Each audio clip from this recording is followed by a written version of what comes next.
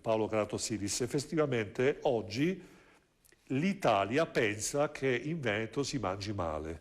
Vogliamo sfatare un po' questo mito, perché alla fine quelli del sud dicono ma noi abbiamo la pizza, a Napoli siamo famosi, si mangia bene, in Sicilia abbiamo questo, i dolci, eccetera, eccetera. Abbiamo delle ottime pizzerie, forse tra le più premiate anche in Veneto, comunque, tanto per chiarire.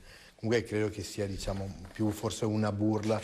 Credo che il Veneto non abbia nulla da imparare, diciamo, cioè, abbia molto da imparare, ma non abbia nulla da invidiare, ecco, dalle tradizioni culinarie regionali italiane, ma anche straniere. La cucina veneta rappresenta un mirabile esempio di cucina internazionale, probabilmente, e non è un'iperbole, è il primo esempio di cucina, passatemi il termine, fusion o diffusione della storia, quando noi sbarcavamo tonnellate e tonnellate di spezie a Venezia, dalle altre parti non avevano nemmeno la cognizione di quello che rappresentava la cucina veneta in termini di prodotto e di cultura del prodotto. Quindi noi abbiamo una storia millenaria a livello gastronomico che purtroppo è stata sempre sottostimata dalla critica gastronomica internazionale e nazionale già dai tempi del Pellegrino Artusi, che ci liquidava in 3 righe con un po' di risi, un po' di fagioli, un po' di polenta. Ma la geografia del nostro territorio è una geografia talmente complessa, talmente variegata.